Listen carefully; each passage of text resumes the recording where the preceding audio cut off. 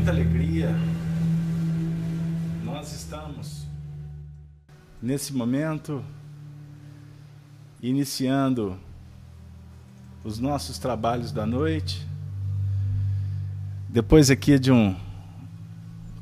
uns ajustes técnicos, mas já estamos aqui apostos agora com as vibrações de vocês. É isso mesmo. Vamos lá. Nós vamos, nesse momento,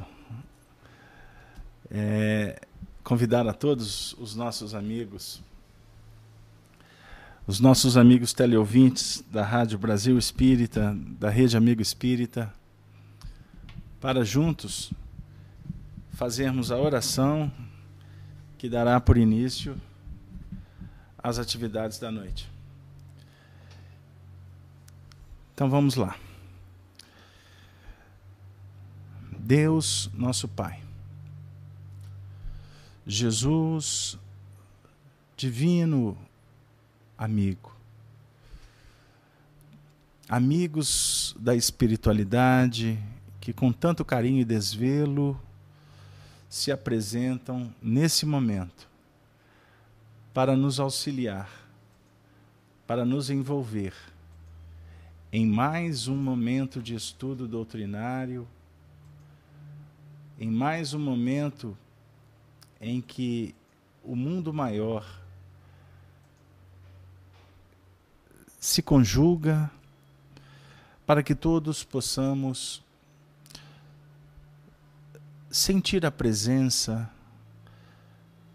do Senhor em nossas vidas. Rogamos aos nossos espíritos amigos que possamos juntos recolhermos os elementos da providência divina, que possamos adquirir as forças necessárias para empreendermos os esforços necessários para o nosso soerguimento, para a nossa libertação. Nesse momento, também rogamos por todos aqueles que nesse momento se encontram em situações difíceis, estando eles conosco em nossos lares, como também naquelas situações difíceis dos hospitais, dos cárceres, das regiões infelizes do mundo espiritual. Que nesse momento a espiritualidade possa espargir as luzes, as bênçãos para todos. E assim pedimos proteção, inspiração para o estudo que nos congrega nessa noite. Hoje, o 17º encontro nosso para estudarmos o livro Apocalipse de João, o Evangelista. Que possamos chegar ao final do trabalho em paz, felizes por mais esse momento de integração espiritual. Sê conosco, Senhor Jesus, hoje, agora e sempre. Que assim seja, graças a Deus. Caríssimos companheiros,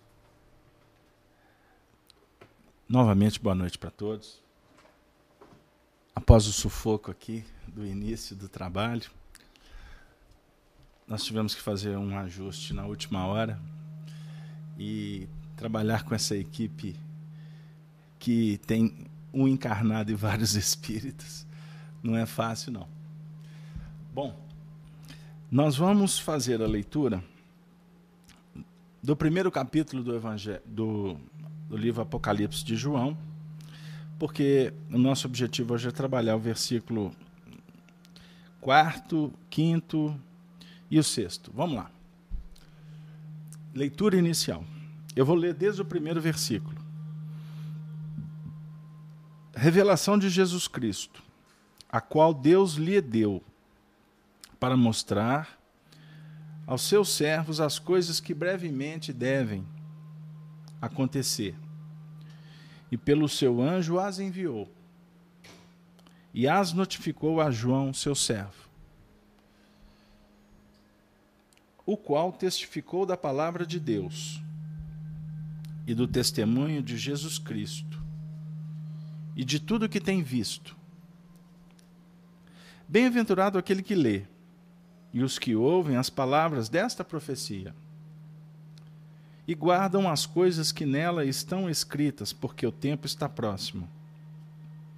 João, as 7 igrejas que estão na Ásia, graça e paz seja convosco da parte daquele que é, e que era, e que há de vir, e da dos 7 Espíritos que estão diante do seu trono,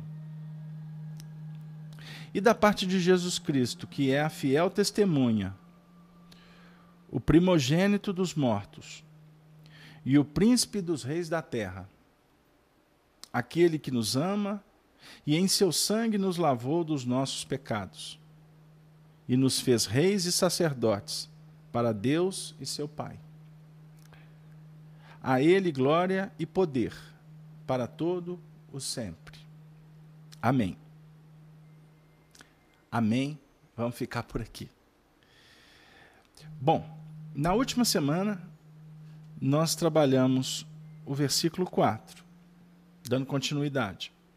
João, as 7 igrejas que estão na Ásia. Graça e paz seja convosco da parte daquele que é e que era, e que há de vir, e da dos 7 Espíritos que estão diante do seu trono.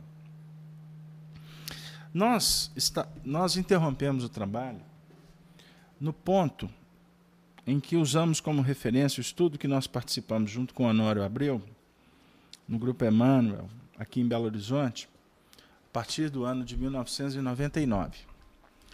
E a gente estava trabalhando um comentário do Honório em torno do trono. E ele disse assim, fazendo uma referência desse trecho, daquele que é, e que era, e que há de vir, e da dos 7 Espíritos que estão diante do seu trono.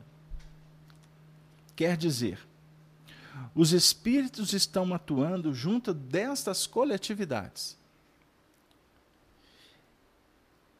A gente costuma fazer imagem, pela nossa faixa ainda religiosa, de um trono nas alturas espirituais.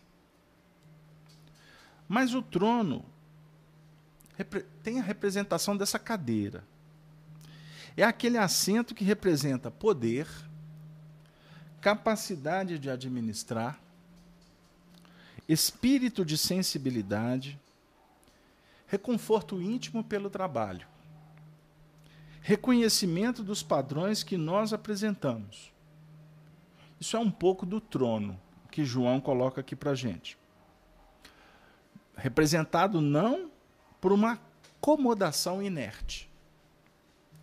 É um trono que, às vezes, o que está assentado no campo administrativo está com a cabeça afogueada pelas necessidades, não de consciência,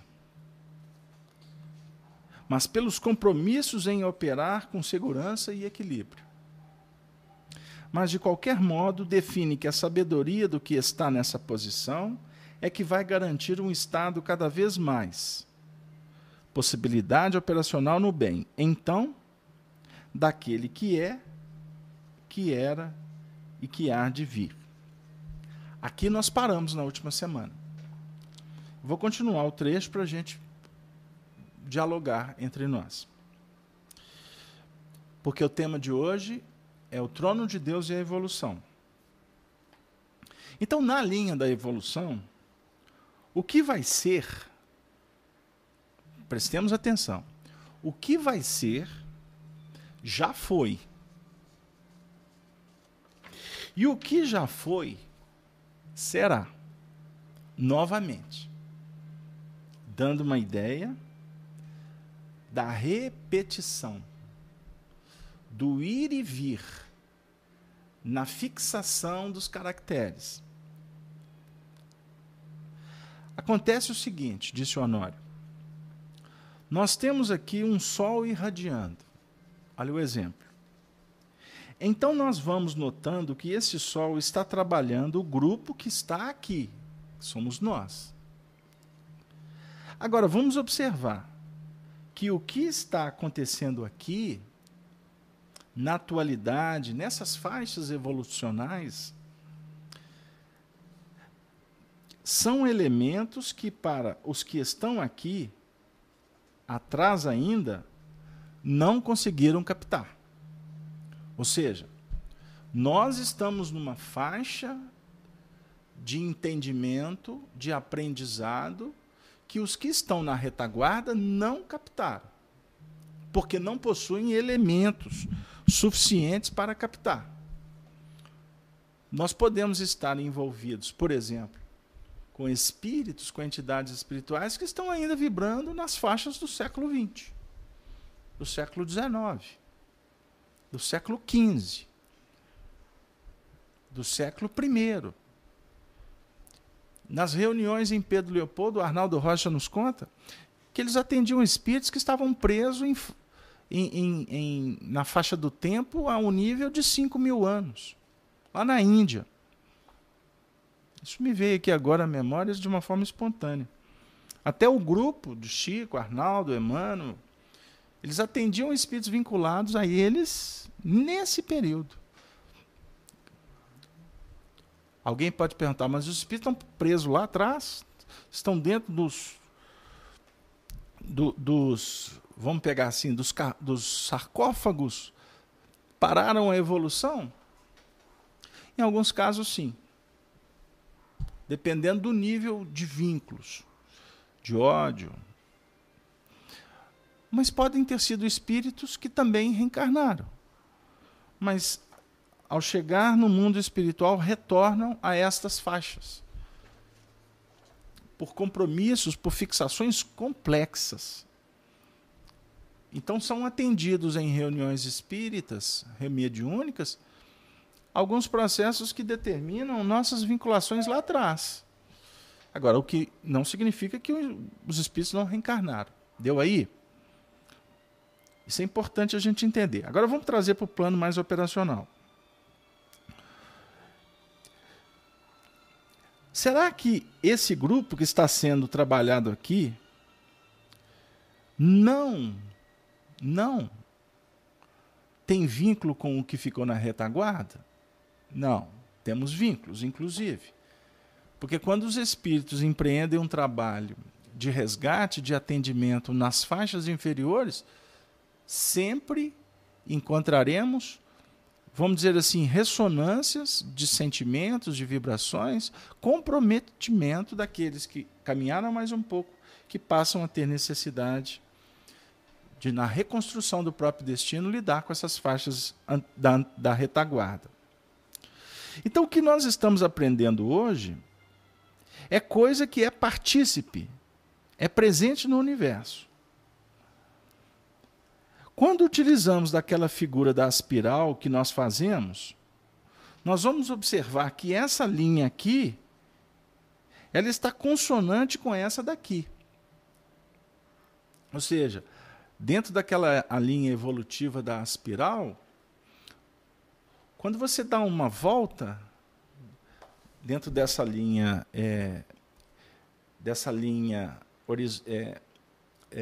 ovoidal, né? Essa linha circular, vamos dizer assim, como se fosse um disco de vinil, cada linha que se passa, ela tem uma conjugação com a linha anterior. Isso é muito interessante. Vou pegar aqui um disco, né? Um disco para nos ajudar, né? A espiral vai caminhando e vai se abrindo para além. Então, uma faixa sempre está próxima da outra. Ou seja, o que nós estamos experienciando agora tem ressonâncias interessantes com o que nós vivemos ontem. Então, para haver uma conexão dessas faixas, dessas vibrações, a gente tem que acabar experienciando algumas questões da nossa vida que possam ter similitude com as do passado. E as do passado quando acionadas, vão trazer repercussões que vão nos envolver profundamente, trazendo angústias, euforia, tristeza, mágoas. Eu atendi um caso hoje que uma companheira me falou que ela sempre teve dentro de uma dinâmica de vida, ela se considerava num projeto de caminhada natural. Mas atingiu uma determinada idade agora, e está acontecendo determinadas coisas que estão mexendo profundamente com ela, e ela não sabe o motivo. Aí ela diz, poxa, foi eu chegar, por exemplo, numa idade específica, vou dar aqui uns 40 anos de idade. Foi a fazer o aniversário dos 40 anos, começou a pipocar um monte de coisa.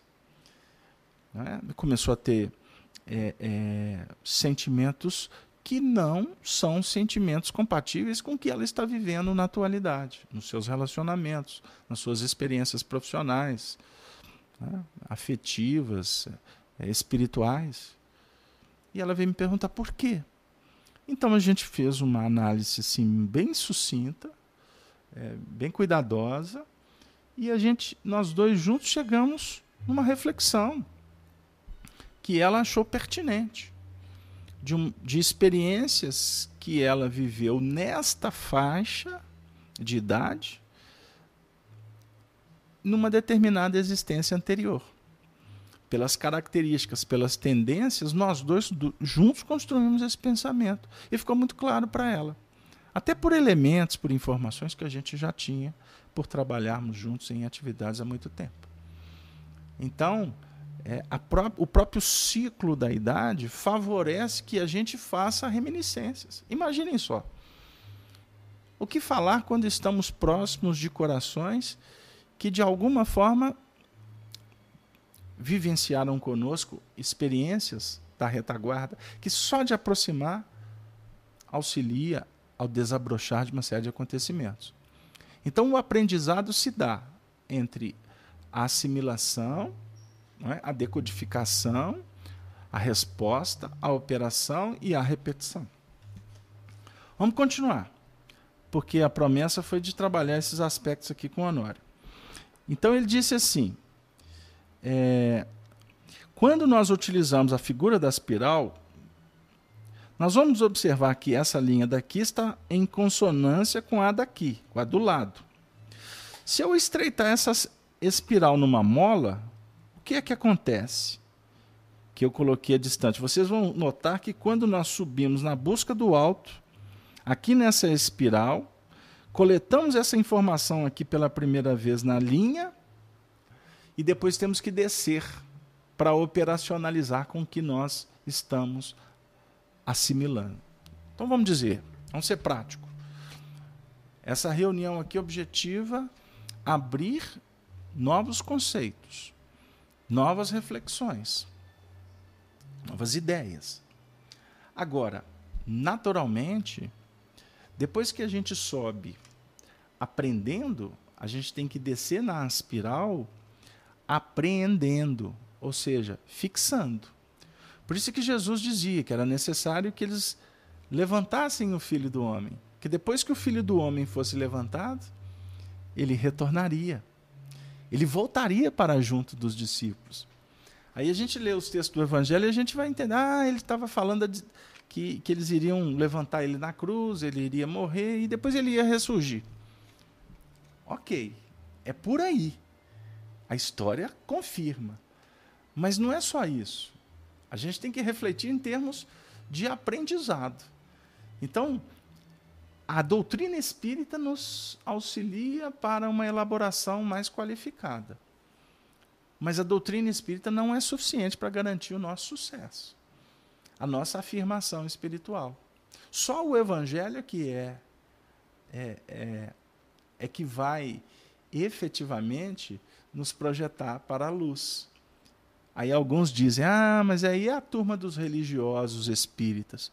Não, uma reflexão de evolução, independente da doutrina espírita, tá? Independente da doutrina espírita. A doutrina espírita nos oferece muitos elementos, mas o estudo aqui tem até mais profundidade, porque ele está falando do desenvolvimento do psiquismo. Não sei se deu lá. Então vamos devagar. Então, olha, observe meio que interessante. O que nós estamos aprendendo, possivelmente já comentamos, já vivemos lá atrás várias vezes. Vocês estão... o pessoal que gosta de histórias do movimento espírita, tem uma passagem muito interessante com o Dr. Bezerra de Menezes, que, por certo, ela tem ressonância na vida de muitos espíritas. O Dr. Bezerra de Menezes, um espírito reconhecido pela sua lucidez, pela sua envergadura espiritual, era um verdadeiro cristão. Um dos seus amigos, médico, o Dr. Travasso, olhava para o Dr. Bezerra e falava assim, esse homem é um espírita. Ele era espírita, Dr. Travasso. Ofereceu para ele o livro dos Espíritos.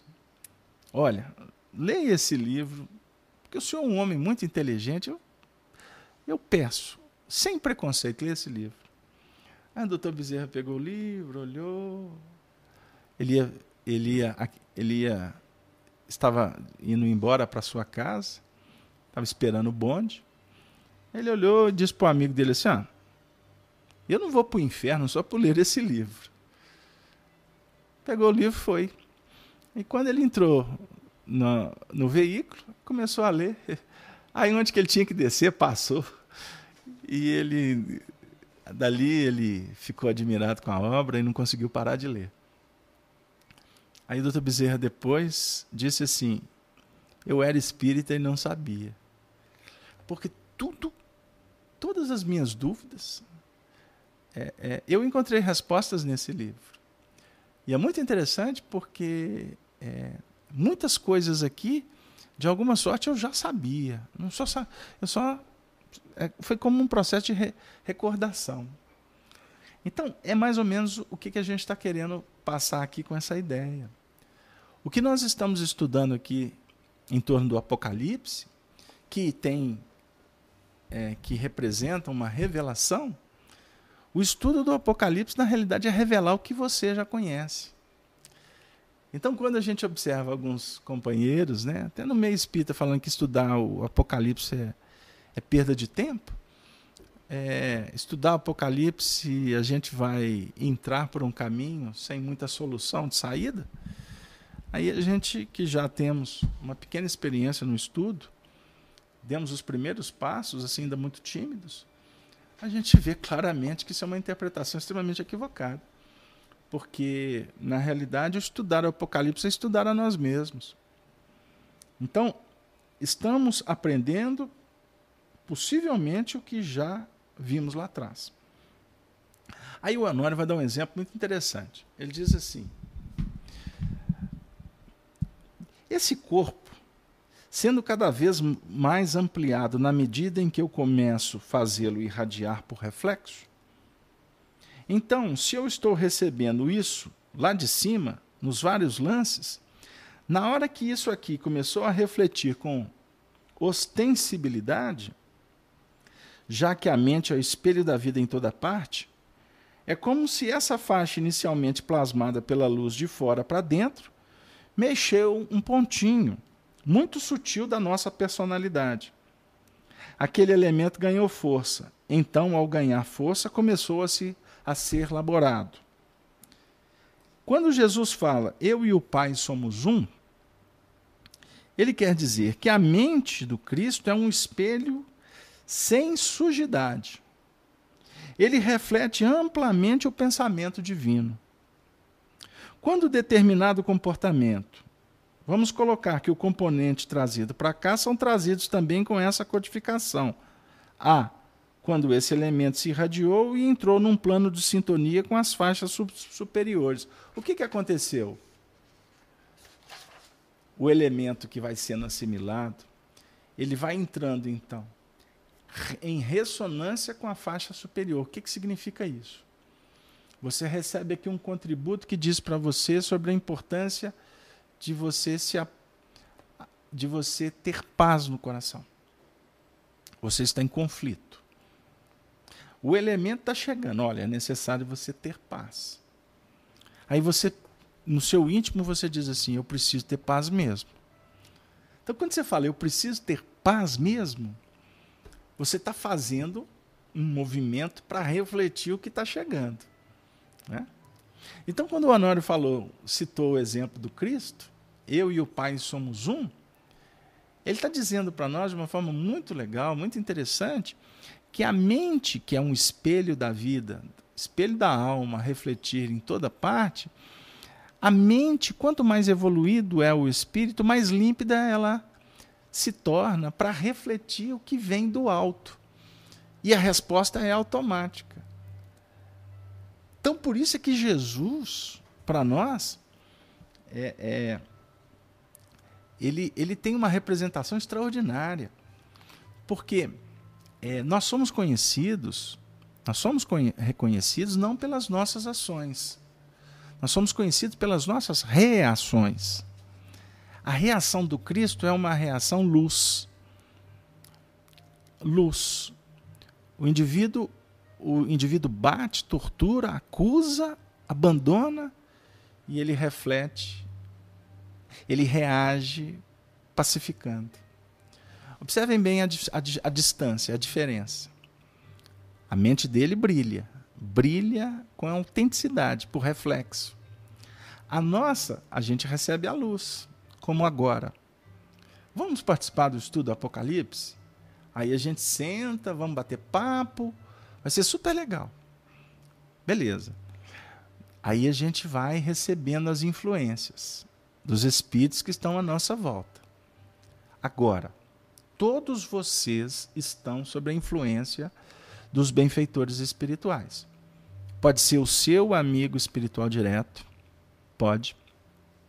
Como pode ter sido designado um professor de evolução, que está junto do seu amigo espiritual para te ajudar.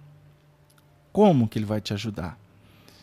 Ele vai como que auxiliando, algumas vezes até magneticamente, para sua mente ir como que, vamos dizendo assim, ir assimilando devagarzinho. Ele vai trazendo imagens, vibrações. Agora, o grande lance é quando você passa a incorporar isso pelo desejo, pela luta, sabendo que esse contributo de agora do Apocalipse, ele vai ter repercussões ao longo da sua trajetória. Não vai ser daqui a 5 minutos. Por isso a gente acaba um estudo doutrinário, geralmente a gente se sente bem, né? Pô, valeu. Aí faz de conta que o expositor ajudou, né? Aí aquele dia estava assim super legal. Aí beleza. Mas no fundo, tudo que foi passado aqui, na realidade, o objetivo era dar um toque para o material que você já possui. Que devagarzinho vai saindo. Você termina o estudo, desliga o computador, ao invés de você esbravejar, você vai dar boa noite para quem mora com você. Ao invés de você brigar, sair disputando, você vai falar assim, não, peraí, vamos devagar. Já começa um movimento. Ah, mas aí daqui a pouco eu esqueço tudo, e aí eu vou esbravejar, eu vou reclamar. Não, não é que você esquece tudo. É porque você semeou um pouco. Mas esse instante em que retorna ainda as dificuldades, é um movimento natural da sua alma condicionada. Aquele tipo de comportamento. Agora, o que é muito interessante é que você subiu na espiral, assimilou, refletiu, houve uma ressonância com o bem, e a luz foi tão intensa que quando você escorrega, quando nós agimos indevidamente, hoje nós já estamos manifestando uma insatisfação pessoal pelo comportamento, pelo procedimento. Antes não, porque a luz ainda não tinha penetrado. Ah, você fazia e achava que era aquilo mesmo e ponto final. Agora hoje não. Então significa que já está havendo um movimento extremamente evolutivo nesse contexto. Então, o que era, né? O que era, e o que é e o que será, está dentro do plano da nossa evolução. Porque o próprio Senhor disse que nós faríamos as coisas muito maiores que a deles. Vocês vão fazer o que eu faço e muito mais. A definir o quê? O que a gente estava observando em Jesus como um fator importante, né? Um comportamento diferenciado,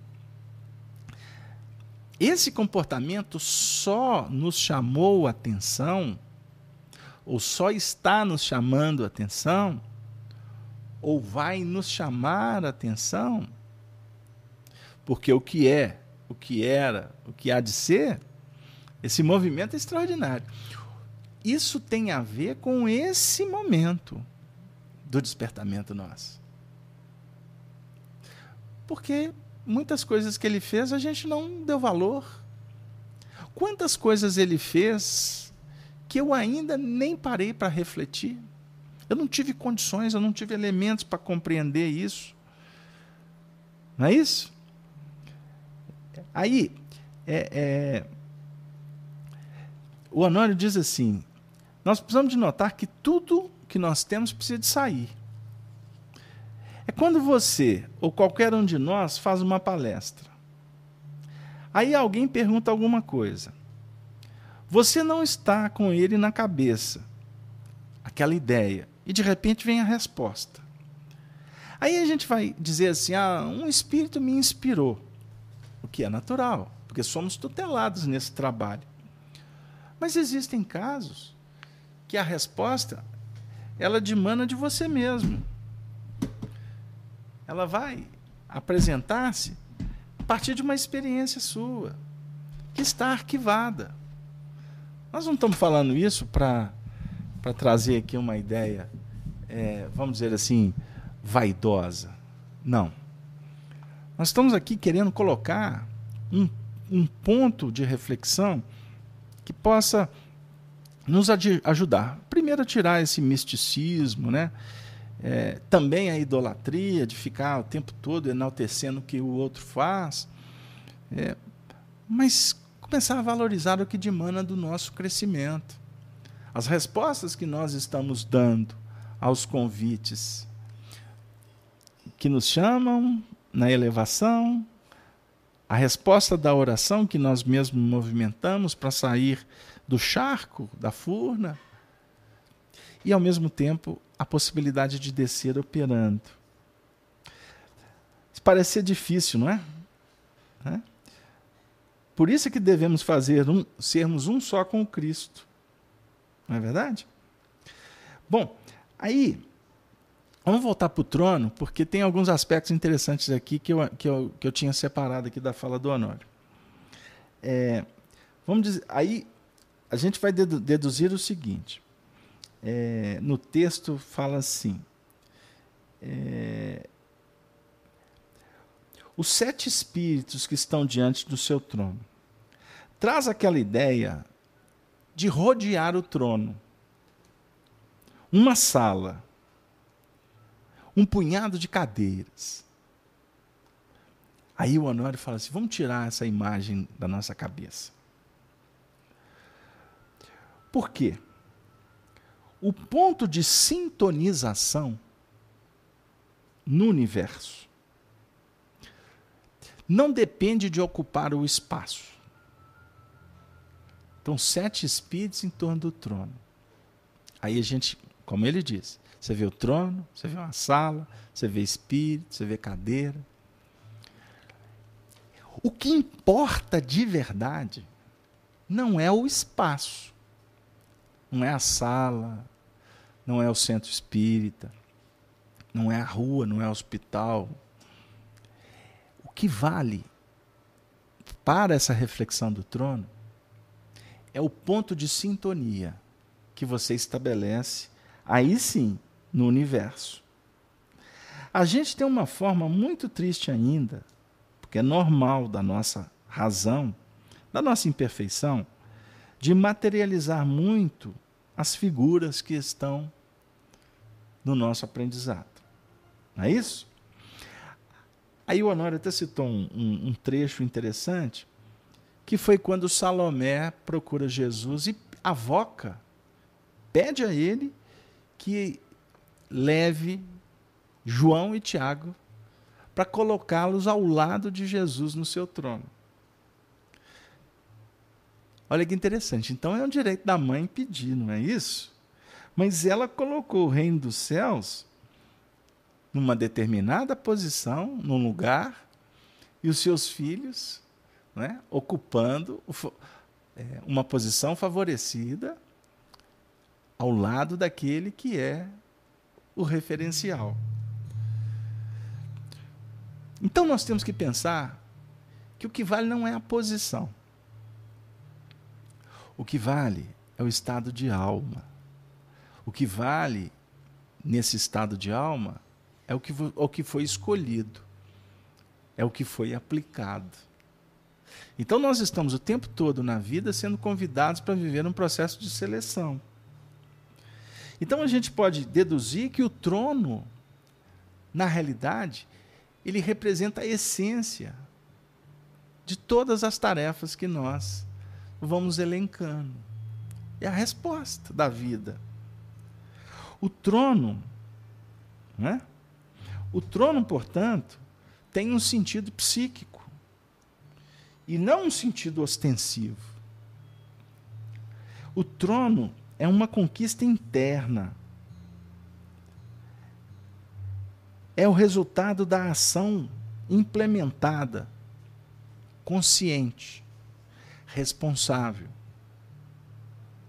Então, quando se opera com consciência, com responsabilidade, com coração, com sentimento, com amor, isso tudo vai trazendo a pacificação interior, a tranquilidade, a segurança. Então tem muitos de nós que escolhemos alguns tronos na vida e lutamos por eles, aí costumamos quando chega no objetivo traçado, aí vai ver que não é nada daquilo. Porque busca a felicidade lá fora. E na realidade, o grande lance da evolução é operacionalizar tudo isso na intimidade do coração, gradativamente. A cada feito, uma conquista, uma vitória sobre si mesmo. A tranquilidade depende dessa conjugação de duas linhas do ângulo reto, em que o grau de sintonia que você tem, trabalhando a correção, o que é o correto, o que é válido, proveniente da grandeza de Deus, que seja através de N emissários que estejam em consonância com aquilo que você está tentando fazer, com aquilo que você está tentando levar para o plano prático da vida. Todas as vezes que nós complicamos essas duas linhas desse ângulo reto, e o ângulo reto, vamos trazer Emmanuel aqui, razão, sentimento. Todas as vezes que a gente complica essa angulação, não conseguimos ajustar o vértice desse ângulo, pretensamente proposto, que nós estamos aqui tentando colocá-lo em funcionamento, a gente se encontra com uma certa dificuldade. Errou na dose da razão ou do sentimento, a gente se vê em dificuldade. De maneira que o ideal é isso. Tanto que, pelo que nós estamos sentindo aqui, o que era, vai ser. O que já foi, será. Então vamos notar o seguinte: quem está esperando ser espírita, está esperando ser espírita puro para poder ser feliz. A Honório brincou, eu lembro dessa cena. Ele vai ter que esperar muito. Olha que pensamento extraordinário. Quem estiver esperando ser espírita puro para ser feliz, ele vai ter que esperar muito. Nós temos aqui que trabalhar com muito carinho pela nossa felicidade agora, não é depois. Jesus definiu: meu reino não é desse mundo. E aí, a percepção do Honório é extraordinária. Ele diz assim: meu reino ainda não é desse mundo. O Honório chamou a atenção para o ainda. Ainda. Ainda não é, significa que será. Então, eu vou esperar um dia ser feliz? Não. Eu tenho que trabalhar agora pela felicidade possível nesse momento.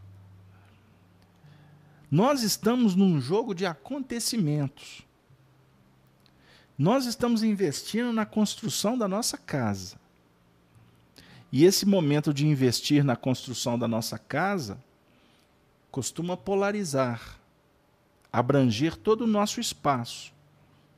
E a gente até perdeu o sono, não é isso?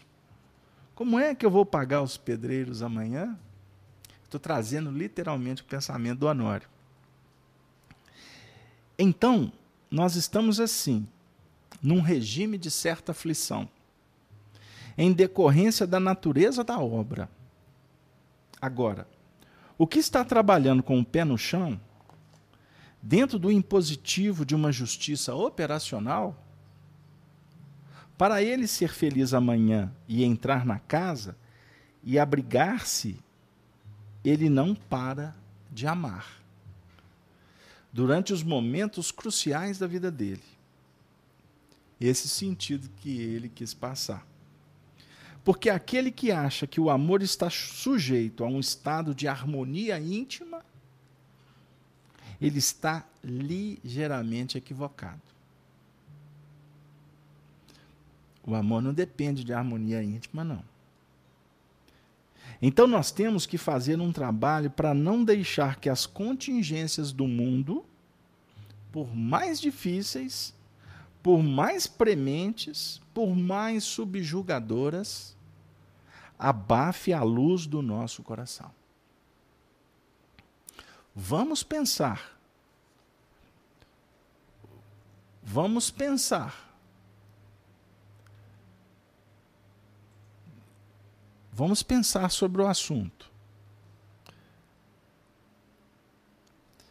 É evidente que tem momentos em que os ares são favoráveis.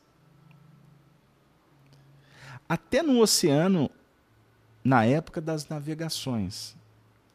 Hoje o vento está favorável, fazendo não sei quantos quilômetros ou quantas milhas. Mas tem momentos que o indivíduo rema, bate vento e as ondas não deixam o navio ou a vela prosseguir. Não é assim? O indivíduo bate na porta, a porta não se abre. Tem outros momentos, você passa, a porta está toda escancarada.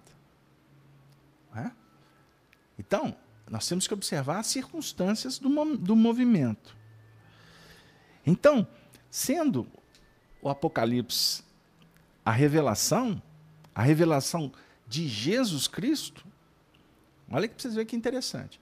E como a gente tem batido aqui, se é a revelação de Jesus Cristo, é uma revelação que vem para acalmar. A revelação não é para fazer barulho, para incomodar. O momento que a gente vive na sociedade é um momento de um barulho profundo. Até no meio espírita. Observe as polêmicas. Tem grupos aí que fomentam polêmicas. Vira e mexe está soltando uma novidade aí. Fiquem atentos. Prestem atenção. No movimento espírita, na sociedade, na política. A sintonia é promover bagunça. Nós estudamos aqui na terça-feira o programa Amor e Sabedoria de Emmanuel. O tema foi o martírio de Basílio e Nestório. Não é? Nós fizemos esse estudo dia 1º de dezembro. Vocês até me desculpem, eu nem dei a data do estudo de hoje, 3 de dezembro de 2015. E a gente estava refletindo exatamente sobre esse assunto. O Evangelho não abona a revolução. O Evangelho não abona a revolução. Foi uma frase proferida pelo Basílio, Emmanuel, né? A encarnação de Emmanuel, no momento em que ele ia ser martirizado. O soldado falou assim, mas ele não. Nosso trabalho aqui é outro. Então, a revelação de Jesus é para pacificar, não é para bater de frente. O que para muitos é complexo. Para muitos é difícil. Porque vão falar assim, não, nós temos que evoluir, nós temos que resolver as coisas agora. Tá, tem muitas coisas que você não pode deixar passar. Você tem que ir lá no banco e pagar a conta, está vencendo. Agora, eu não posso deixar passar porque é um desaforo? Então eu tenho que gritar, eu tenho que bater, eu tenho que cobrar? Está envolvendo semelhante. Está envolvendo a sua estrutura. Você está colocando uma dose maior, o ângulo vai ficar complicado. Então, se for para desarmonizar, o evangelho não abona. Não sei se deu lá. Então, vamos em frente. É da parte de Jesus Cristo que é a fiel testemunha. O que é fiel testemunha? O que é uma fiel testemunha? Vamos rápido. Testemunha fiel. Ele tinha o conhecimento e a visualização. Não foi o caso de João? Ele conheceu, ele viu. Quando a gente conhece, a gente visualiza. Olha a frase. Quando a gente conhece, a gente visualiza. Se o indivíduo não conhece, ele não vai ver. Ele vai fazer revolução. Ele vai continuar, então não estou nem aí para a doutrina espírita. Eu publico o que eu quiser aqui, não tem responsabilidade, eu falo que fulano... Eu posso causar tumulto, então eu vou defender bandeiras. Eu falei isso para um companheiro que eu tenho procurado trabalhar, orientá-lo. Ele tem ideias assim muito interessantes, pesquisas espíritas. Aí tem um determinado assunto aí que ele fica meio incomodado. Eu disse para ele, meu amigo, se você afirma o adágio popular, os incomodados é que se retiram. Eu aprendi isso aqui em Minas Gerais. Então, se você está incomodado, significa que tem alguma coisa de errado com você. Porque os escândalos são necessários. Os escândalos é da lei. Ação, reação, consequência. É uma trilogia. A gente costuma falar ação e reação. Ponto. Não. Tem ação, a reação da própria natureza e tem as consequências que envolvem as dramaticidades do processo. Então, não tem nada errado. Não tem nada errado. Ontem, houve uma declaração do presidente da Câmara, dos deputados, né, que entrou com um processo de impeachment contra a presidente do Brasil. Né? Aquele que entrou com o processo está mais enrolado. Aqueles que estão com ele, alguns estão tão enrolados quanto os que estão enrolados que estão lá no Planalto. Então aí você observa o seguinte, claramente, qualquer leigo vai dizer, é jogo de poder. Tá, jogo de poder. Agora, dentro desse jogo de poder, que é característica desse momento de transição nosso, transição planetária, poder da Terra, poder do céu. O que prevalece na equação do Evangelho? Prevalece o Evangelho. Prevalece o bem, o progresso, a liberdade, a igualdade, a fraternidade. Ponto. Mas para que o Evangelho se faça, em meio às contradições, as consequências das atitudes, elas não podem ficar à margem. Elas brotam naturalmente. Por isso é que eu costumo dizer, dentro dos estudos que a gente faz aqui de evolução, vocês observam que a gente estuda o Evangelho à luz da doutrina espírita que propõe evolução.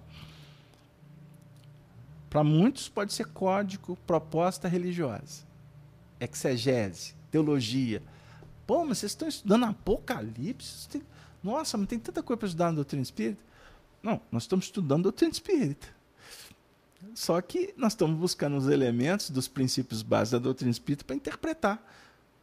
Se vocês acompanharem os nossos primeiros estudos do Apocalipse, a gente fez uma série introdutória para mostrar para aqueles que gostam de questionar, que o nosso trabalho ele é fundamentado em Kardec, em doutrina espírita. Nós podemos, na interpretação, cometer erros. Podemos não, nós cometemos. Não tem dúvida. Por isso, particularmente, nós nos apoiamos naqueles que são autoridade no assunto, dentro de uma linha evolutiva que nós damos conta de assimilar. Agora, esses que são autoridades, que para nós são importantíssimos, eles não são autoridade diante de uma outra linha da espiral evolutiva. Eles são aprendizes. E aí vai a escala. Por isso que a ideia de buscar no Apocalipse é entender por que é a revelação de Jesus Cristo. Que ela vai despersonalizando, para a gente entender o mecanismo evolutivo. Então, estudar a evolução, por exemplo, é estar diante das causas e dos efeitos. Então, eu acabei citando um contexto político que o Brasil passa, que vocês querem uma resposta muito interessante do progresso? Uma proposta de se mudar, por exemplo, o presidente. O que aconteceu no dia seguinte? As bolsas de valores subiram. O dólar, que não cansava de subir, caiu. Por quê? Porque, vamos tirar o problema? Não é que vamos tirar o problema. Mas é um aceno, é uma dica de que existe possibilidades de uma discussão mais elaborada. Existe um processo que estabelece uma reação importante, não uma passividade inoperante. Não sei se deu lá. Então, eu sou muito cuidadoso para tocar nesses assuntos, para não julgar que a gente é partidário. Pelo contrário. Nosso partido é um coração partido. É uma frase de Cazuza, né? O nosso país é um coração partido. Por isso que, sendo o Brasil designado como um coração por causa do Evangelho, ele não pode ser um coração partido. Porque um coração partido, ele vai estar sangrando.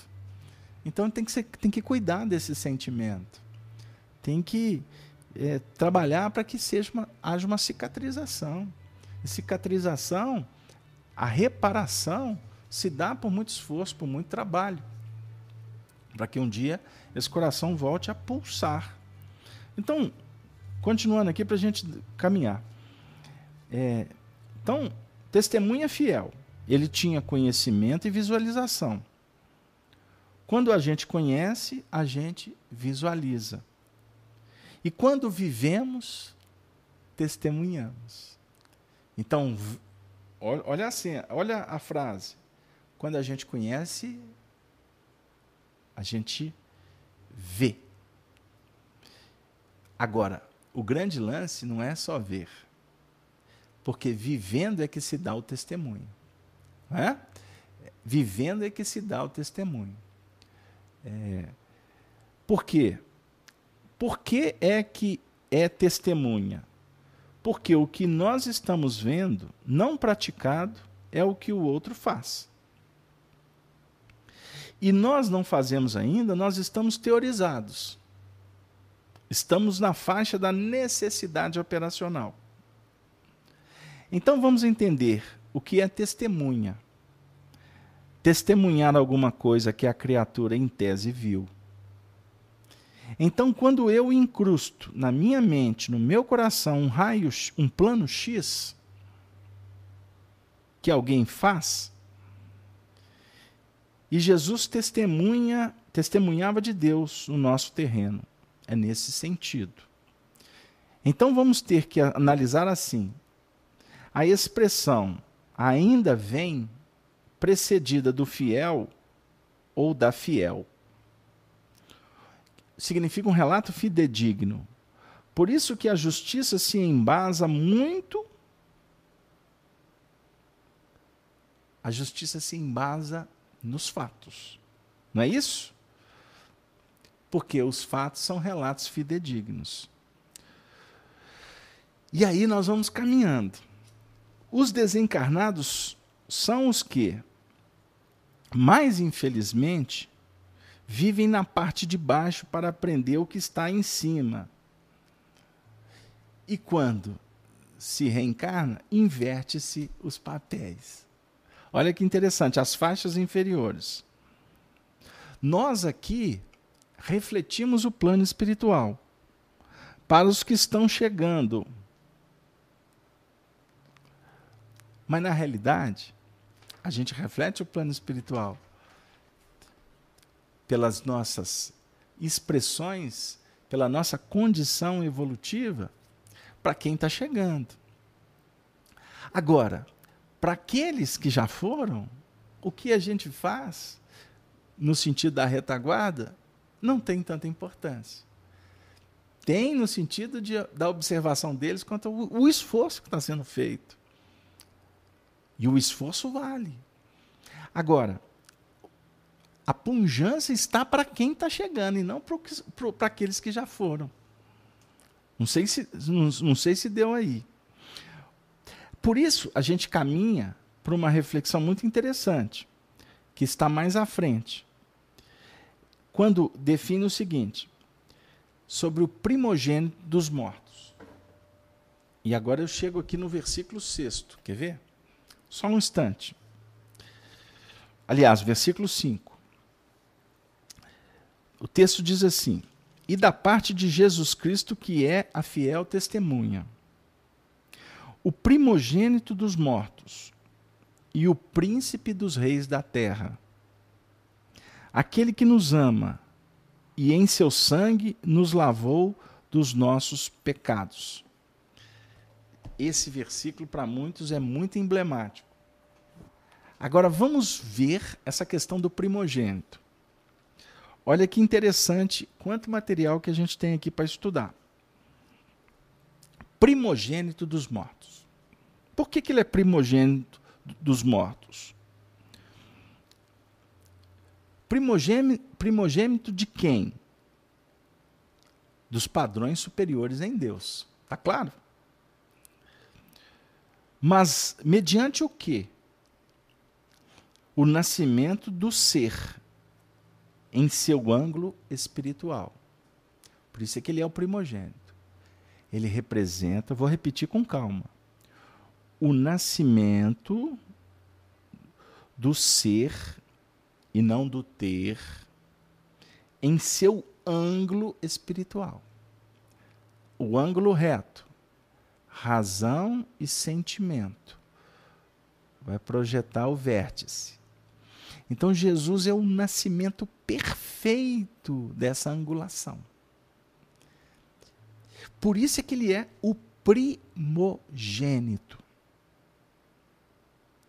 Nós não estamos tentando fazer nascer o Filho do Homem dentro da gente? É uma pergunta.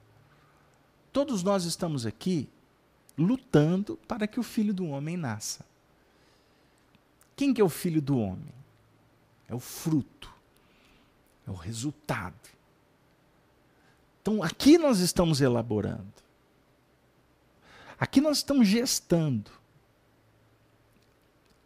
Nós estamos sendo fertilizados, trabalhando essa gestação, para que o filho nasça no amanhã. Ou seja, o amanhã será o resultado de todo o nosso esforço espiritual, que chegou na culminância do agora. Culminância do aqui e agora. O que eu quero dizer com isso? Nós nunca estivemos tão evoluídos quanto agora. Não, Carlos Alberto, nós somos espíritos imperfeitos. Tá, mas somos mesmo. Mas você hoje é muito melhor do que você foi há 100 anos atrás. Gostaram dos 100 anos? Você hoje é bem melhor do que você foi ontem. Agora você está melhor do que você esteve algumas horas atrás. Então você está no máximo. Ah, não, eu estou caído. Não, você pode estar numa baixa. Sua estima está complicada. Mas isso é apenas um estado de alma. Eu estou falando de posição mesmo. Estou falando de aquisição. Você nunca esteve com o baú tão cheio de preciosidades. Não é para ficar empolgado, mas é para se sentir bem. É para você se sentir feliz. Para você perceber o tanto que você já caminhou. Então, observe bem. Agora, qual que foi o primeiro a ser absolutamente coerente, absolutamente evangelizado entre os mortos da terra? Olha o texto. E da parte de Jesus Cristo, que é a fiel testemunha, o primogênito dos mortos. Primogênito dos mortos. Então, os mortos somos nós. Agora eu vou matar todo mundo. Os mortos somos nós. Jesus é o primogênito dos mortos. Ele nasceu dos mortos. Por quê? Porque ele foi absolutamente coerente. Absolutamente evangelizado. Essa noite eu tive uma experiência espiritual e participávamos do estudo do Apocalipse. Algumas imagens a gente se recorda, no plano espiritual, lógico. Algumas imagens a gente se recorda. E ao me deparar com esses textos, que eu tive a oportunidade de ver e ouvir, e também ter estudado posteriormente, ouvindo os áudios do Honório, como hoje eu ouvi alguns trechos, e agora eu estou me deparando com um texto, que isso tudo está registrado, e um dia vai ser publicado, competência do Grupo Emmanuel, aqui de Belo Horizonte. Estou muito esperançoso que isso aconteça rápido. Por isso que eu não posso compartilhar os textos com vocês, porque eu não tenho essa autorização. Mas eu quero dizer o seguinte, que naquela época, vários médiuns, a reunião ficava lotada, né? Era num salão assim, não um salão para centenas de pessoas, mas devia comportar umas 100 pessoas, umas 80 pessoas, bem apertadinhas, cadeirinha de madeira. Me recordo de uma forma muito saudosa, não sei como é que está hoje o ambiente físico lá. Mas o Honório, ele tinha uma capacidade intelectual, ele tinha uma sensibilidade para interpretar o Evangelho. Ele era um educador por excelência. Eu não encontrei alguém com tanta capacidade do movimento espírita até hoje, nesse quesito. Então, muitas vezes a gente percebia a ambiência espiritual que se formava em torno dele. Eram exegetas de alta capacidade que o inspiravam. Obviamente, ele tinha recurso para ser inspirado, não é verdade? Porque não adianta um espírito de uma condição elevada se aproximar de um analfabeto espiritual, não é? Daquele que desconhece as questões espirituais. Não vai dar liga, não dá sintonia. Eu estou dizendo tudo isso porque a gente precisa, até para quebrar um pouco do ritmo, não é? E a gente ficar um pouquinho caseiro aqui também, porque essa frase aqui é uma frase extraordinária. E alguém pode até falar, mas você está fazendo estudo do Apocalipse ou estudo das interpretações do Honório? Aí eu queria dizer para vocês que agora, com a autorização dele, porque é um espírito muito presente no nosso trabalho, e ele assim se comportava quanto humano, vamos tirar o Honório fora. O Honório foi um grande médium. Aqui agora ele está sendo um grande médium. Porque o pensamento... Nós vamos agora convidar vocês para atingir as estrelas. Porque observem essa frase. Ele é o primogênito dos mortos. Por quê? Porque foi o ser absolutamente coerente. Coerência. Sintonia, afinidade. Projeto, realização plena. Plena. Plena. O que caracteriza um movimento da transição planetária? Incoerência. Incoerência. Incoerência. Então, todas as matérias que a gente está vendo, em todos os assuntos, em todos os segmentos, a gente está vendo incoerência. Por isso é que, inclusive, está acontecendo uma grande movimentação na humanidade para passar a limpo a história. Então, quando a gente vê, por exemplo, os arqueólogos procurando documentos, reconstruindo a história lá no Egito, por exemplo, nos escombros milenares, em todas as partes do mundo, ao mesmo tempo a gente está observando o homem ansioso por estabelecer projetos de evolução que sejam coerentes com o que, teoricamente, a gente já compreende quanto humanidade. Então, deixa eu dar um exemplo aqui, curto e grosso. Teve uma reunião na ONU para se discutir a emissão dos gases no nosso planeta, aquecimento, etc, etc. Então, estabeleceu-se uma meta de redução de tantos anos, 30%, para chegar num ponto, e aí vai. Porque o homem sabe, luta pelo progresso, porque o progresso é necessário. Mas, ao mesmo tempo, o homem sabe que o progresso não pode dissociar-se do equilíbrio da natureza. Então, qual que é o desafio? Alinhar os dois.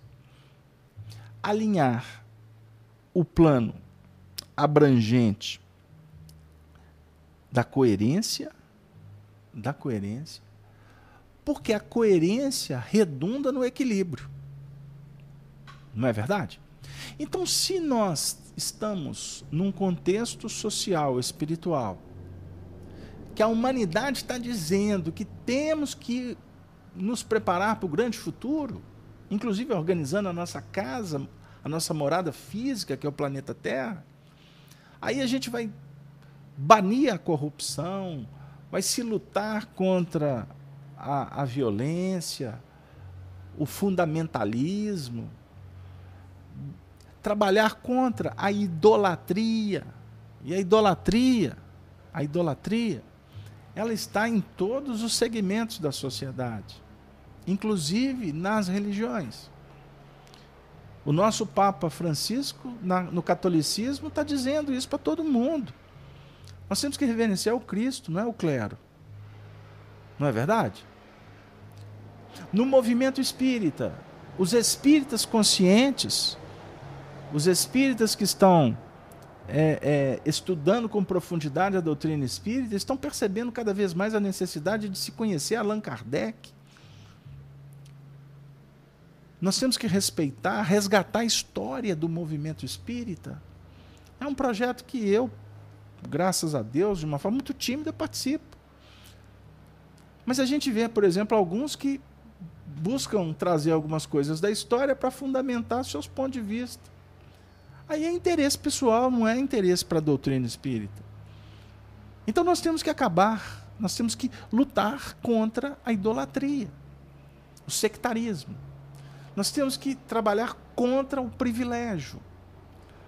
Nós temos que trabalhar para a ética, moral, espiritual, o crescimento, a qualificação, a partir de uma base que nós temos no primogênito, o referencial do espírito mais evangelizado que esteve entre nós. Então ele foi o mais coerente e o mais evangelizado. Então no capítulo aos Romanos, capítulo 8, versículo 29, Paulo diz assim: porque os que dantes conheceu, também predestinou para serem conformes à imagem de seu filho. Olha a interpretação do Honório. Olhem, o que nós estamos comentando nesse versículo? Porque os que dantes conheceu, também quer dizer, Deus nos conheceu antes. Concordam? E nós o conhecemos. Também nos predestinou. Conheceu, apontou e predestinou. Para serem conforme a imagem de seu filho. Então ele nos conheceu, nós o conhecemos, ele nos predestinou a sermos a imagem. Olha para vocês verem o que o Paulo fala. A imagem do seu filho. O Filho de Deus é perfeito. Ele criou ele perfeito? Não. É o filho que se tornou o legítimo, o grande herdeiro do Pai. E quando o Espírito se engrandece por honrar o seu Pai, honrai vosso pai e a vossa mãe. À medida em que nós honramos os princípios norteadores da vida, as expressões magnânimas do Criador, nós, portanto, nos tornamos filhos dentre os mortos, por eleição, por consciência. Deu lá, gente? Deu lá, não sei se o assunto aqui está meio complicado. Mas ele é envolvente. Então, eu vou repetir. Conforme a imagem do seu filho, predestinou que nós fôssemos um dia o que Jesus é. O que é, o que era, o que há de ser. Ele nos predestinou para sermos o que Jesus é. Fôssemos um dia a imagem do seu filho. Imagem é para refletir integralmente. É como se fosse um espelho bem limpinho que a imagem está perfeita. Conforme a imagem do seu filho, a fim de que ele, o filho, seja o primogênito entre muitos irmãos. A fim de que o filho seja primogênito em muitos irmãos. Então, eu até grifei essa parte aqui. Ele é o primeiro de muitos. Primogênito, primeiro de muitos. Então, Jesus é o primogênito de muitos. Ficou claro isso aí? Agora que vai chegar uma história aqui que pode bagunçar o coreto. Jesus é o primogênito de muitos. A imagem dele é para refletir e nos ajudar. Agora nós vamos ver uma diferença. O que está escrito no Evangelho? O Cristo é o unigênito de todos. Ai, ai, ai, Carlos Alberto. Olha para vocês verem, porque Jesus é o primogênito de muitos. De muitos. Dos que estão mortos, ele não é. De muitos que estão nascendo. Ele está aí na frente. Agora, por que o Cristo é o unigênito de todos? Diante de Deus. Eu vou explicar isso com calma, mas vamos lá. Porque a unigenitura do Cristo, unigenitura, ser um,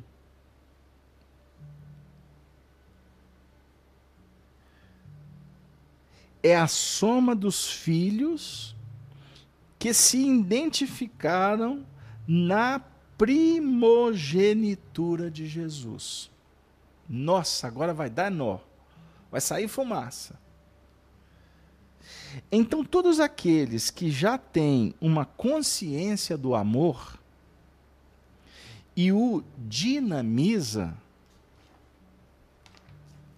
consciência do amor e o dinamiza, incorpora na mentalidade crística que é unigênita diante de Deus. Então Deus é o amor irradiante. O Cristo, na sua abrangência nos corações, é o plano operacional desse amor. Porque se Deus não tivesse os filhos, o amor não se dinamizava. Ele era coagulado no universo. Seria como se fosse uma imagem linda, mas que não opera. Então o amor de Deus se dinamiza nos corações daqueles que já o observaram e está tentando realizá-lo no plano prático da vida. Querem que repete?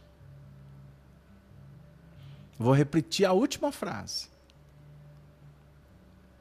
O legal seria se a gente tivesse no mesmo tempo, né?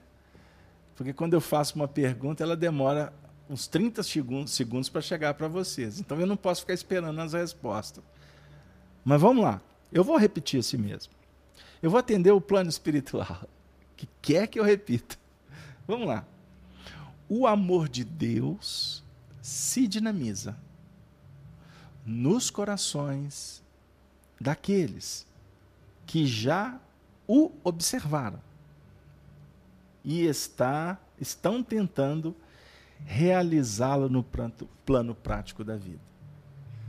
Então, o amor de Deus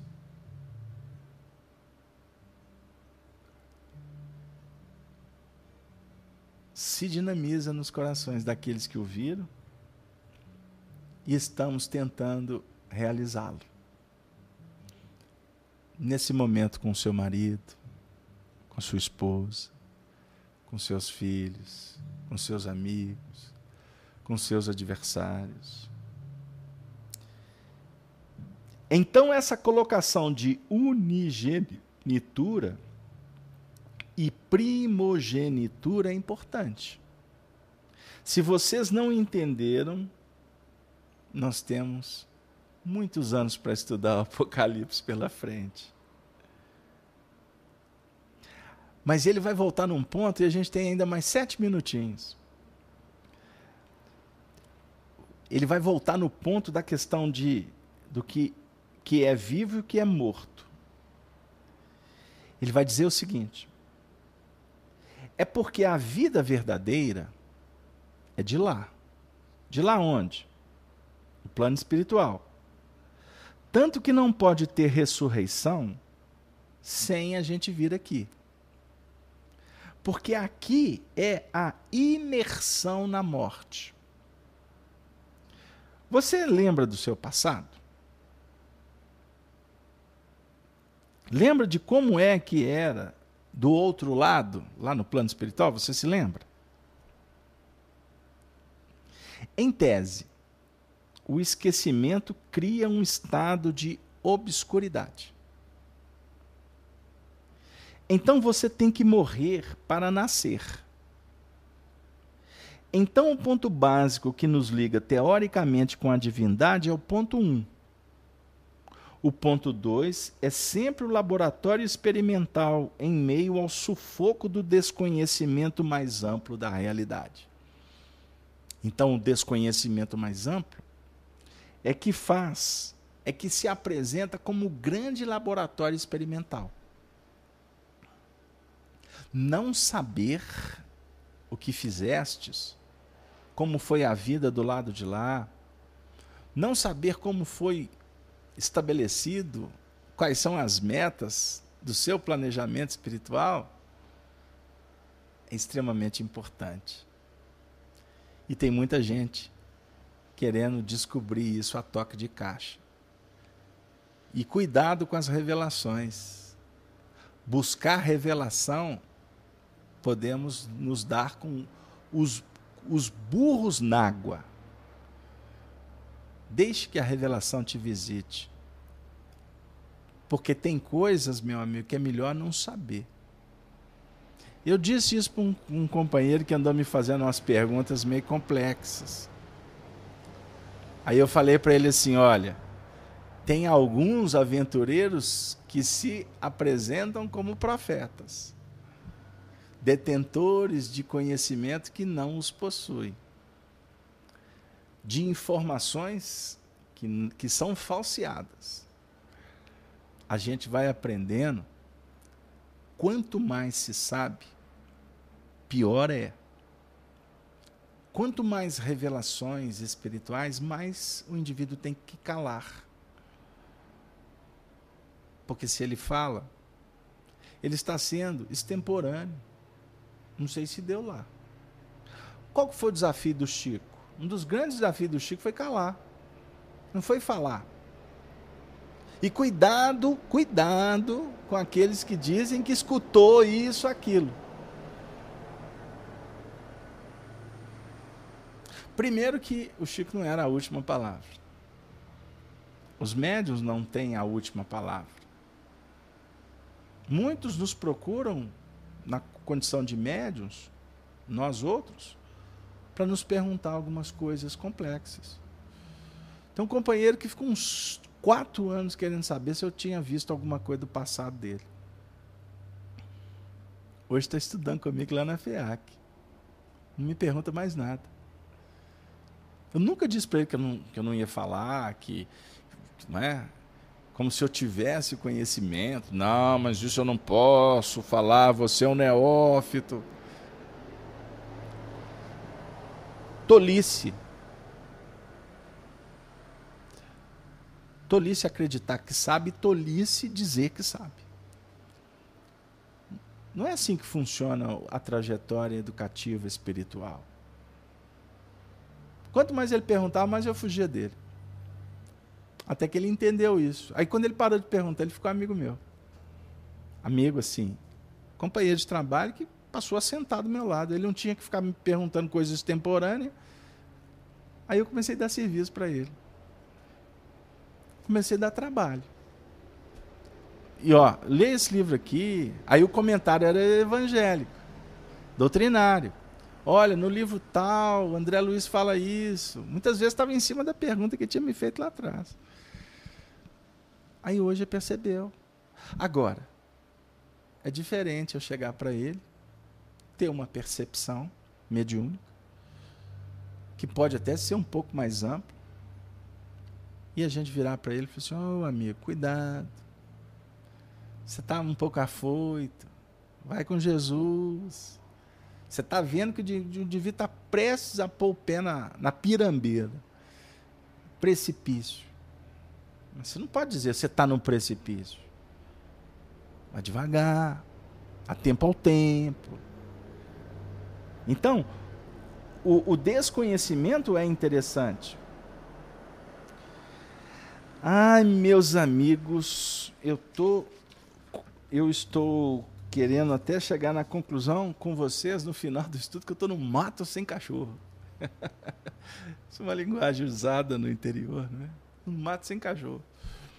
Não sei como é que eu vou sair desse mato. Porque nós temos o Apocalipse para estudar. É um livro enorme, emblemático. E nós temos o nosso companheiro Honório Abreu, um trabalho extraordinário, que se a gente for trabalhar interpretando o Honório, a gente não vai acabar esse estudo nunca. pelo menos nessa encarnação, né? Então vamos devagarzinho. Eu espero que semana que vem a gente possa dar mais um passo, né? Inclusive para a gente falar dos 7 espíritos que estão em torno do trono, para ver se a gente dá uns passos um pouco mais objetivos, porque senão a gente vai fazer o miudinho, né? Interpretar palavra por palavra. Aí realmente a gente pode perder o foco do estudo, que temos muitas coisas interessantes para aprender nesse momento extraordinário que vivemos quanto ao nosso despertamento espiritual. Apocalipse, revelação de Jesus Cristo, revelação do amor, revelação das bênçãos, revelação da nossa destinação, revelação das nossas responsabilidades, revelação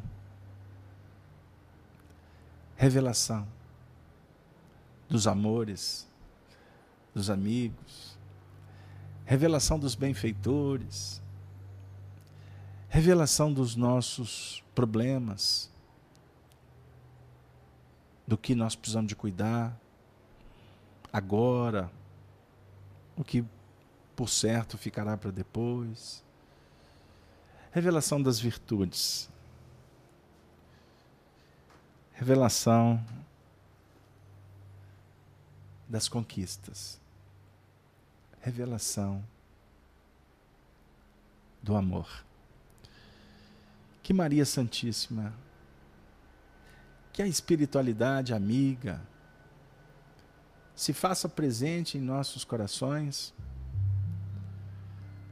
nos inspirando sempre a marchar com simplicidade, com humildade, com galhardia, com nobreza, valorizando o que merece ser valorizado, dividindo o pouco que recebemos, não é? Que recebemos no sentido de ter conseguido assimilar, e contar para as pessoas que a misericórdia, a providência divina jamais esquece, abandona. A providência divina se faz nos nossos corações a partir do momento em que a gente abre o coração para ouvir a voz do pastor, que repete constantemente: vinde a mim todos que estáis cansados, que eu vos aliviarei. Tomai sobre vós o meu jugo e aprendei de mim, que sou brando e humilde de coração. Que o nosso codificador Allan Kardec, que simboliza para nós essa trajetória extraordinária de evolução,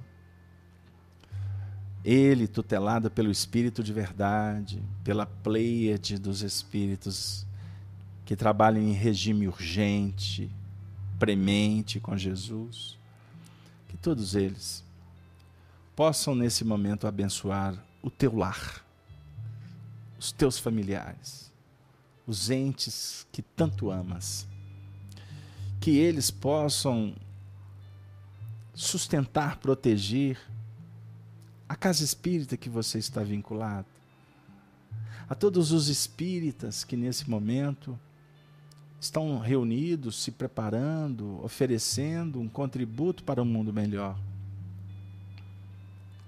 Que estes amigos espirituais abençoem a todos os religiosos de todos os segmentos, os nossos irmãos católicos, os nossos irmãos evangélicos, os nossos amigos muçulmanos, os nossos amigos orientais dos mais diversos cultos, que nesse momento o que possa prevalecer é o sentimento legítimo de fraternidade, de união de propósitos, de interação com o Cristo, o sol das nossas vidas. Muito obrigado a todos, e assim nós nos despedimos com a saudação dos cristãos dos primeiros tempos. Ave, ave, ave Cristo. Valeu, que assim seja. Graças a Deus.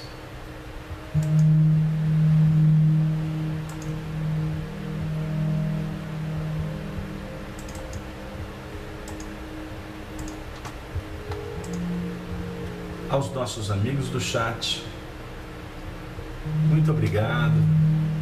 Valeu a paciência de vocês. Desculpe novamente problemas técnicos, mas devagarzinho a gente vai se adaptando, se ajustando ao que Jesus espera que nós possamos fazer. Um beijo no coração, e aqueles que acompanham o estudo da FIAC nas sextas-feiras, amanhã estaremos lá firmes com o estudo do Livro dos Espíritos. Então, uma boa noite para todos. Muito obrigado, Cleusa, Simplício, a Silvia, a Marilac, a Elisa, a Jussara, a Sheila, olha o Daniel aí, grande Dani, Elizabeth, a Maria Helena, a Sandra, o Arlindo Pinheiro, a Helena Padilha, a Anitta, eu estou sem óculos aqui agora, o Geraldo, a Vera. Muito obrigado por vocês terem chegado até o fim. Valeu, até breve.